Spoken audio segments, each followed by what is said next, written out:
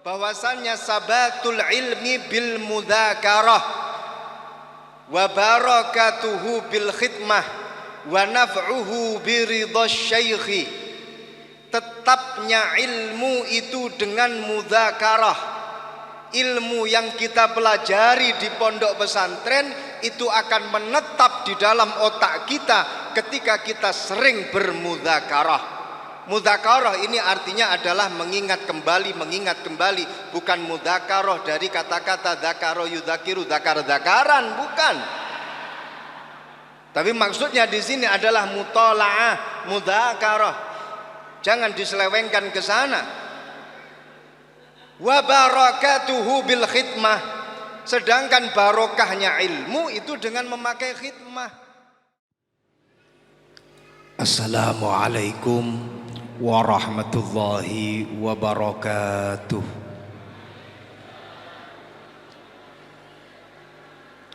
Saya ulangi sekali lagi, kurang serentak jawab salamnya. Padahal baru saja dilantik, mestinya harus semangat jawab salamnya. Saya doakan yang jawab salamnya semangat, insya Allah semua hutang-hutangnya dibayar oleh Allah Subhanahu wa ta'ala. Saya doakan yang jawab salamnya semangat, insya Allah yang belum dapat jodoh, khususnya yang belakang, segera mendapatkan jodoh. Yang sudah dapat jodoh, jawab salamnya masih tetap semangat, saya doakan insya Allah tambah. Maksud saya tambah istiqomah, tambah sakinah keluarganya, tambah mawaddah, tambah rahmah, tambah sawah, tambah rumah, tambah mamah. Assalamualaikum warahmatullahi wabarakatuh.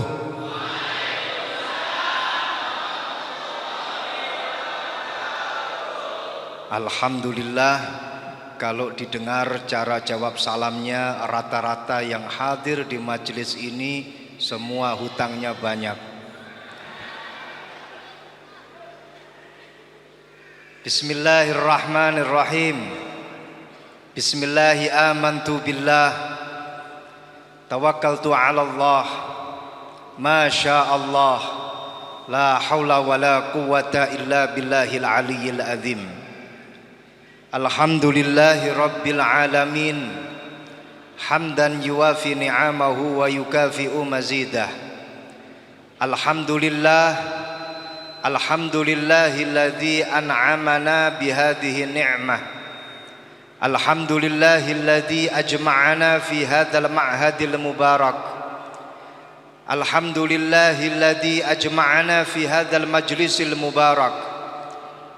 Allahumma salli wa sallim ala sayyidina wa maulana Muhammad ibni Abdillah wa ala alihi wa sahbihi wa mawalah.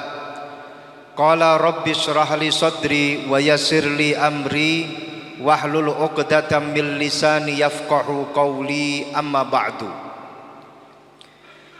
Hadratal muhtaramin ulama'an al-a'izza, para kiai, para alim ulama, para sesepuh, para bini sepuh, segenap jajaran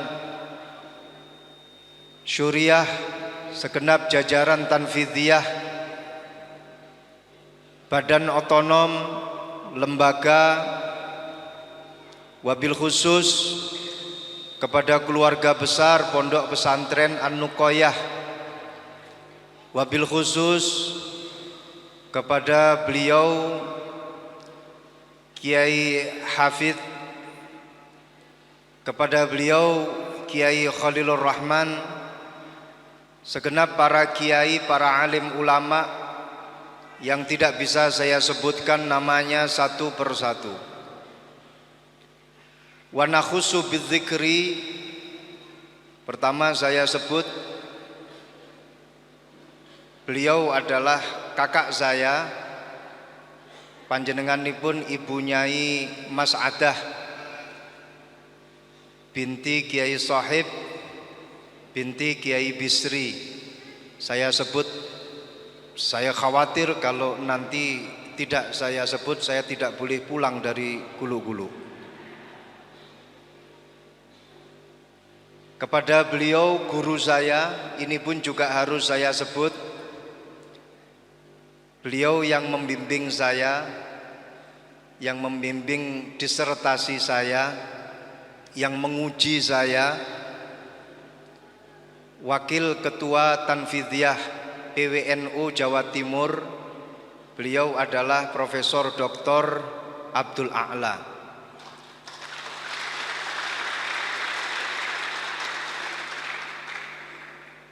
Kalau saya tidak menyebut beliau, khawatir ijazah saya nanti diambil kembali oleh beliau. Selain itu, saya pun juga karena kehadiran beliau di tengah-tengah kita, saya berjanji saya tidak akan ngomong banyak-banyak di majelis ini.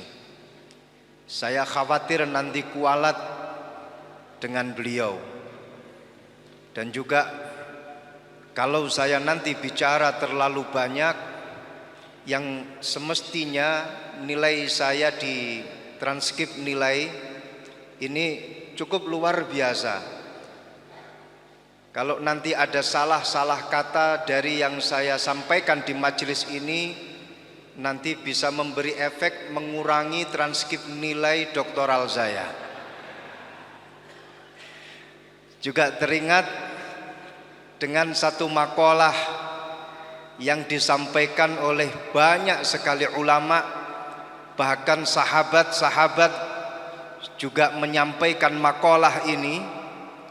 Bahkan ada yang mengatakan makalah ini adalah hadis dari Rasulullah sallallahu alaihi wasallam, man kasura kalamuhu kasura saqatuhu, wa man kasura saqatuhu kasurat dunubuhu, wa man kasurat dunubuhu fannaru aula bihi.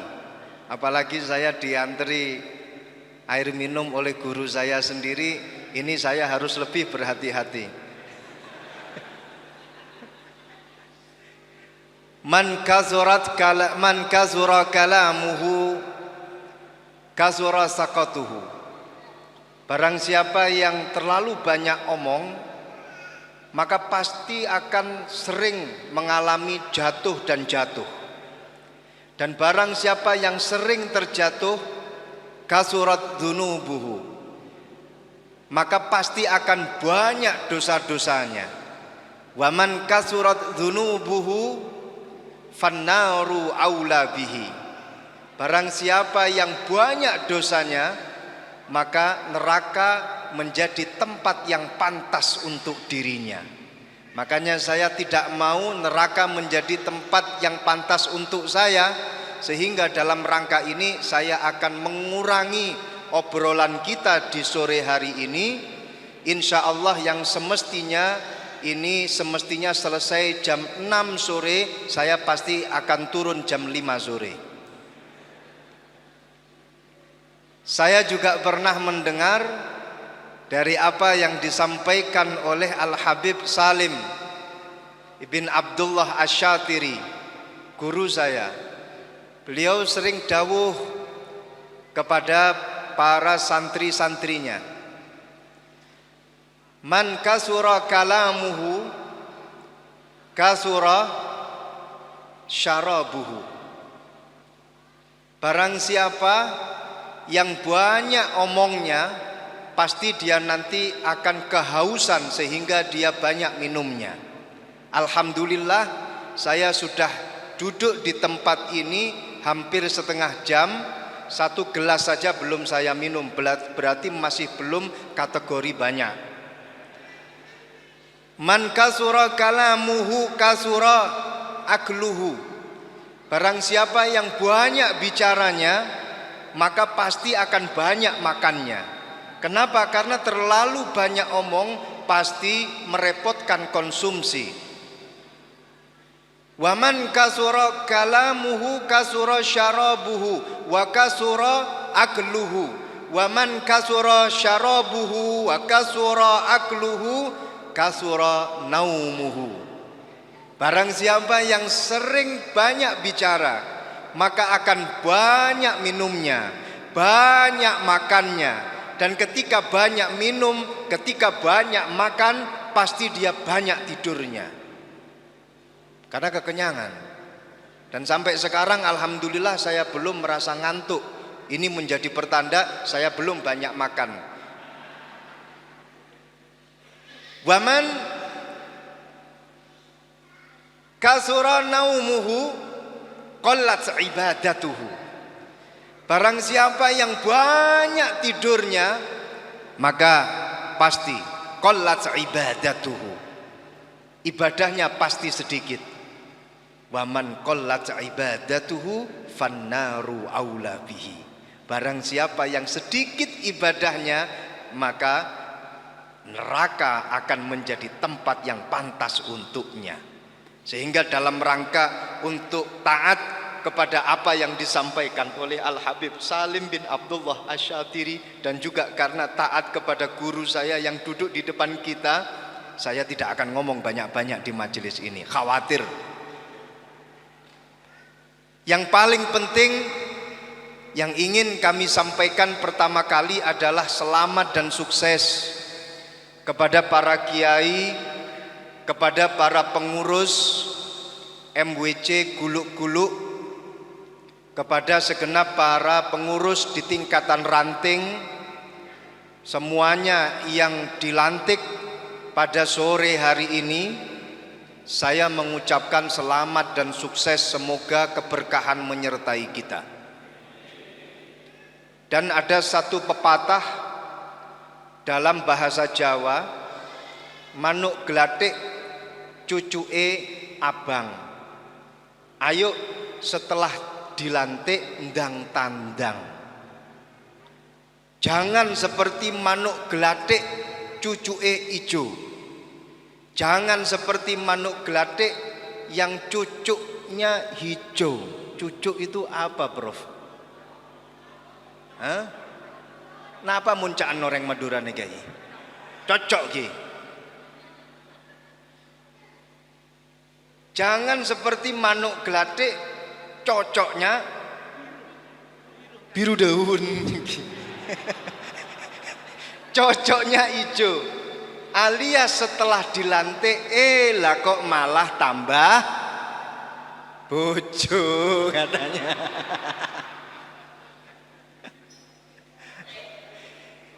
Kita harus meniatkan khidmah kita secara mendalam di dalam Nahdlatul Ulama. Ini menjadi kata kunci kita ketika kita menjadi pengurus di Nahdlatul Ulama.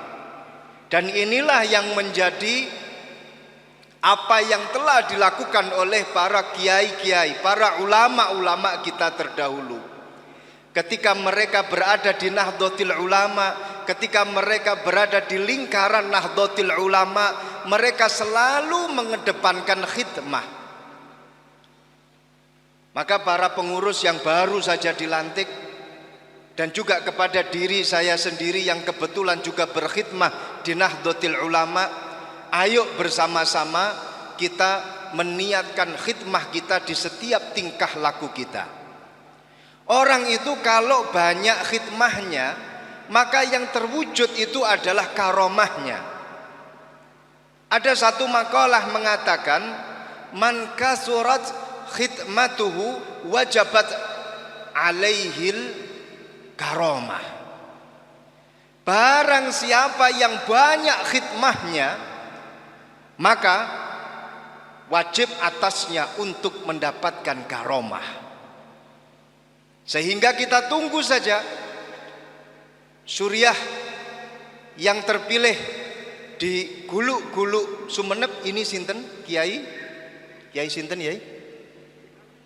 Suriahnya Kiai Ainul Yakin. Selama Kiai Ainul Yakin ini belum tampak karomahnya, maka tetaplah menjadi suriah. Pilih terus ila yaumil qiyamah selama beliau belum tampak karomahnya. Saya tidak mempromosikan beliau karena saya tidak punya hak suara untuk memilih beliau. Saya hanya ingat ada satu makalah mengatakan bahwasannya man kasurat khidmatuhu wajabat alaihil karamah. Barang siapa yang banyak khidmahnya, maka pasti dia akan mendapatkan karamah dari Allah Subhanahu wa taala. Dan ketika Kiai Ainul Yakin masih belum memiliki karamah, berarti khidmahnya masih dipertanyakan. Guyon Yai, canda Yai. Jadi begini, masalah khidmah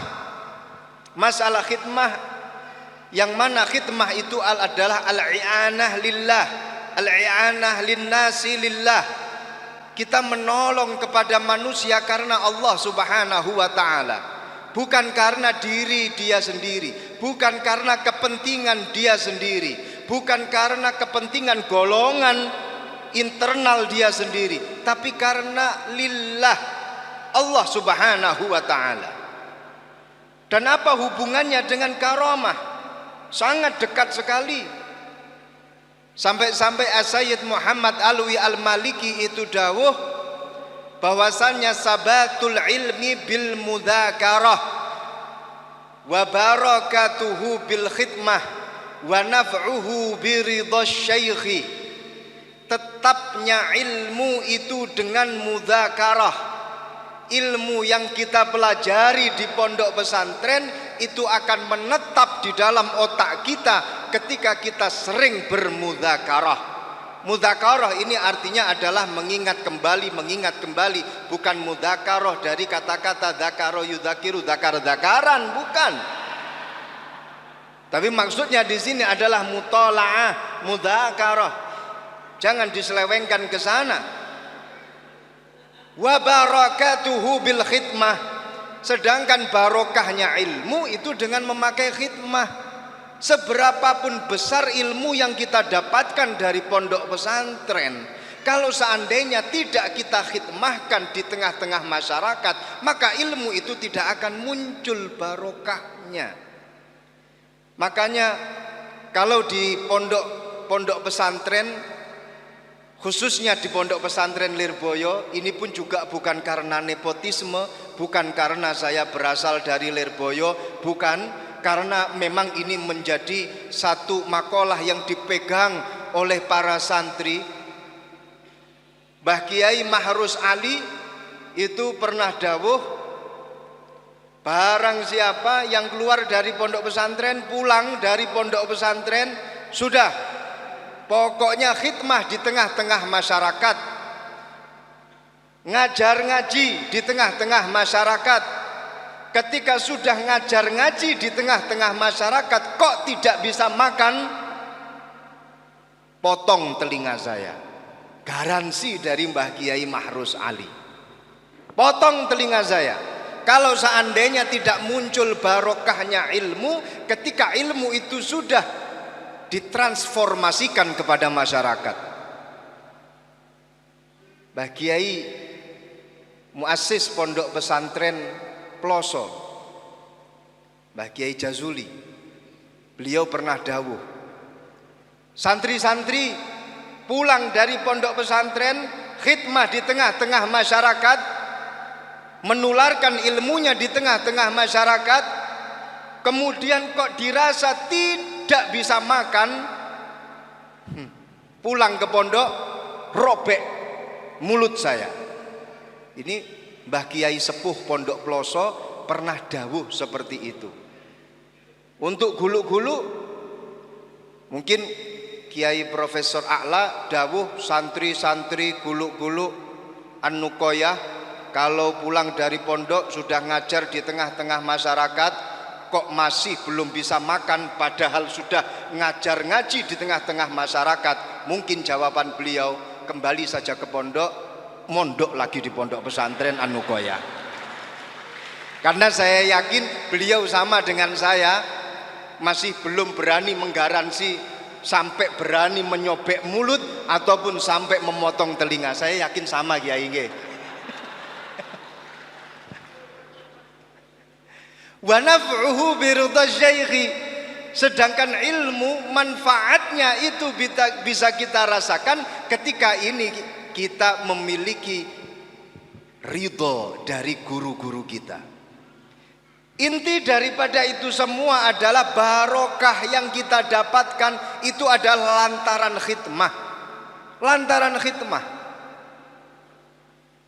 Sayyidina Umar ibnul Khattab suatu ketika pernah kedatangan tamu dari Romawi. 3 orang utusan dari kerajaan Romawi dan semuanya beragama Nasrani. Masuk ke Madinah, bertanya kepada orang-orang Madinah, mana kerajaannya Umar? Umar yang kondang mampu menaklukkan Eropa, yang ditakuti oleh orang-orang Eropa. Mana kerajaannya Umar? Dijawab oleh orang-orang Madinah, di sana kerajaan Umar. Dikala kau menemukan masjid, disitulah adalah kerajaan Umar. Orang-orang Romawi kaget ketika menemukan masjid pada waktu itu sangat-sangat sederhana. Tidak seperti Pondok Nuqoyah ini yang memiliki masjid yang luar biasa. Alasnya adalah alas dari tanah. Orang-orang Romawi kaget. Lebih kaget lagi ketika mau masuk masjid, orang-orang Romawi tidak bisa menemukan dan membedakan mana itu Sayyidina Umar, mana itu sahabat-sahabat yang lain, sehingga mereka tanya kepada orang-orang sekitar, mana yang namanya Umar, mana rajamu, khalifahmu yang namanya Umar? Dijawab oleh orang-orang yang ada di sekitar, itu dia Umar sedang tidur di sana. Itu dia sedang tidur di sana. Orang-orang Romawi melihat Umar tidur di masjid, tak terbayangkan. Mereka kaget, seorang raja, seorang khalifah, namanya kondang alias viral sampai ke dunia Eropa. Tapi kemudian dia temukan tidur di tengah-tengah masjid. 3 orang ini kemudian sepakat, musyawarah, sepakat, bagaimana kalau kita bunuh saja itu yang namanya Umar? Kan dia tidur di masjid, kita bunuh saja. Akhirnya 3 orang ini sepakat, kamu jaga di bagian pintu depan, kamu jaga di bagian pintu sebelah sana. Saya akan menghunus pedang, akan saya tancapkan di tubuhnya Umar. Ketika akan ditancapkan itu yang namanya pedang ke tubuhnya Umar, dari balik badannya Umar muncul singa, menakut-nakuti orang-orang Romawi. Kemudian mereka lari tunggang langgang, padahal Umar dalam keadaan tidur. Telisik ditelisik. Kenapa? Allah menjaga Umar, barokah daripada khidmahnya Umar. Ketika Umar diangkat menjadi seorang khalifah, beliau meniatkan di dalam dirinya, aku bukan seorang khalifah, tapi aku adalah khadimukum.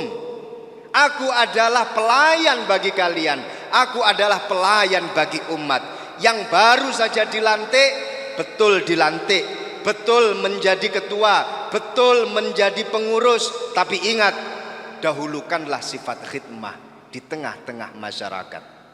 Sayyidina Ali karamallahu wajhah, beliau terkenal sebagai seorang sahabat yang memiliki garis nasib kemiskinan, lebih miskin bila dibandingkan dengan Abdurrahman bin Auf, lebih miskin bila dibandingkan dengan Utsman ibn Affan.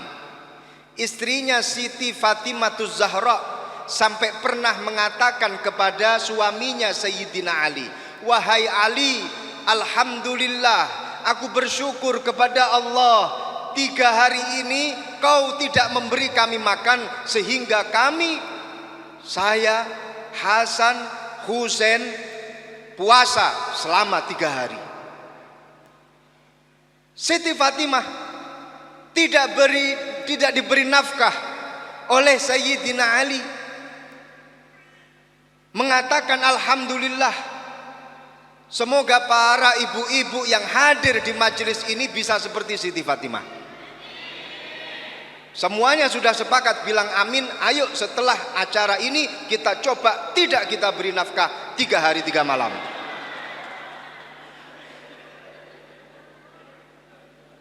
Siti Fatimah mengatakan alhamdulillah, ketika tidak diberi nafkah selama 3 hari oleh Sayyidina Ali, bukan karena apa-apa, tapi memang karena nggak ada yang dinafkahkan.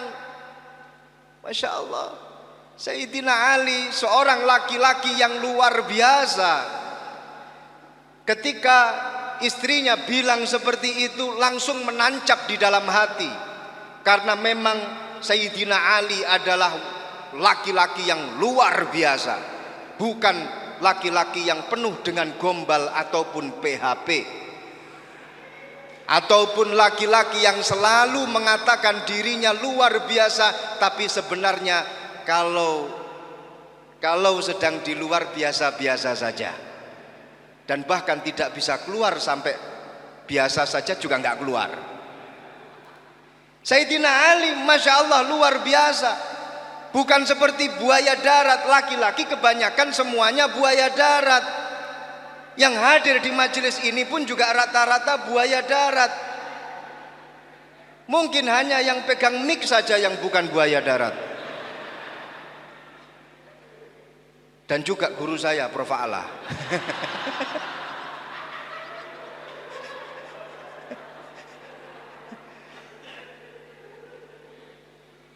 Langsung menancap ke dalam hati. Sayyidina Ali karramallahu wajhah langsung ambil karung, berangkat ke pasar. Ketika berada di tengah-tengah pasar Madinah, Sayyidina Ali bingung, ini mau ngapain saya masuk ke pasar? Saya mau ngapain? Maklum, karena memang beliau basicnya itu bukan seorang bisnismen, tidak seperti sahabat-sahabat yang lain. Dan memang garisnya seperti itu. Manusia itu dalam sisi garis ekonomi itu ada manusia yang digariskan miskin, ada yang digariskan kaya. Orang yang digariskan miskin itu walaupun toh kerja 24 jam nonstop selama 5 tahun, selama 10 tahun, tetap beli sepeda motor kredit 15 tahun.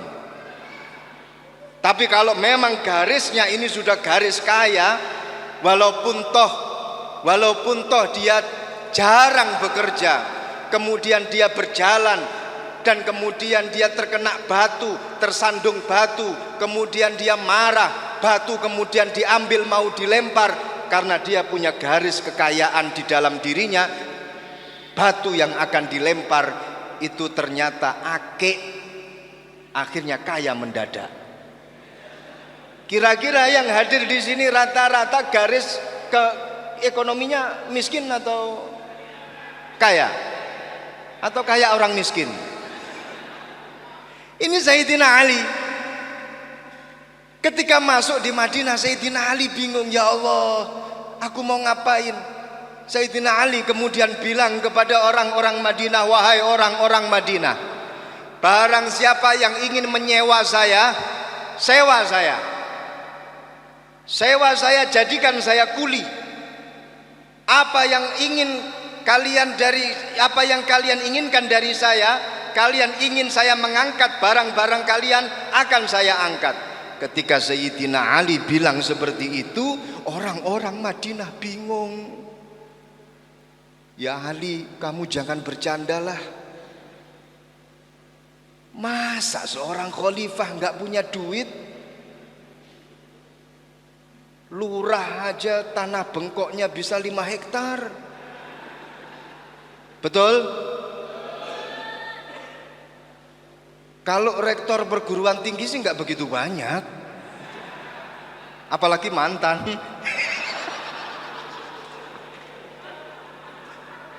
Ngapunten ya.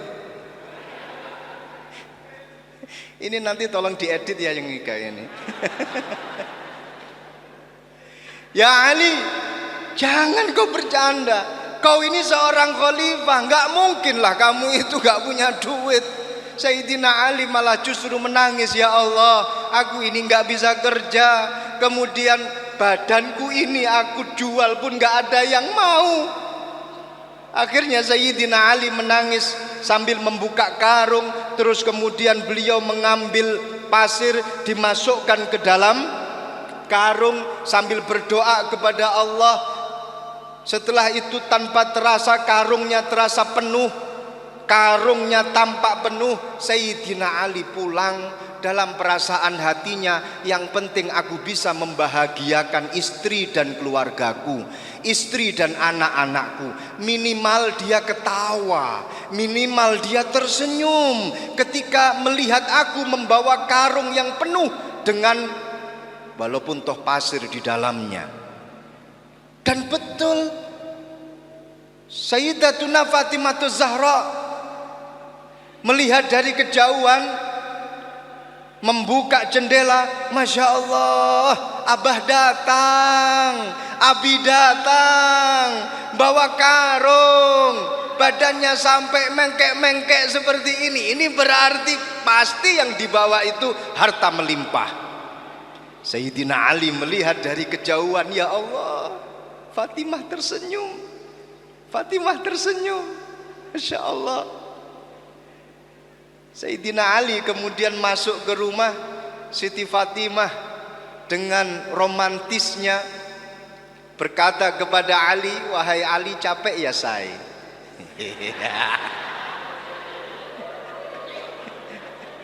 Sini aku usap keringatmu dengan, jangan diteruskan.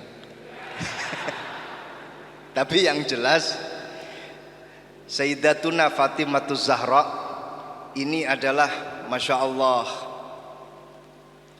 putri Rasulullah yang memiliki sifat romantis yang luar biasa. Siti Fatimah itu pernah suatu ketika sedang mencuci piring, Sayyidina Ali ada di belakangnya. Dia ingin bermanja kepada istrinya. Dia bilang kepada Fatimah, wahai Fatimah, tolong ambilkan aku gelas, aku mau minum. Padahal di samping Sayyidina Ali tidak jauh dari sana ada gelas. Saya mau mempraktekkan, mohon maaf di sini nggak ada gelas. Saya juga bingung cara minumnya juga bagaimana gitu.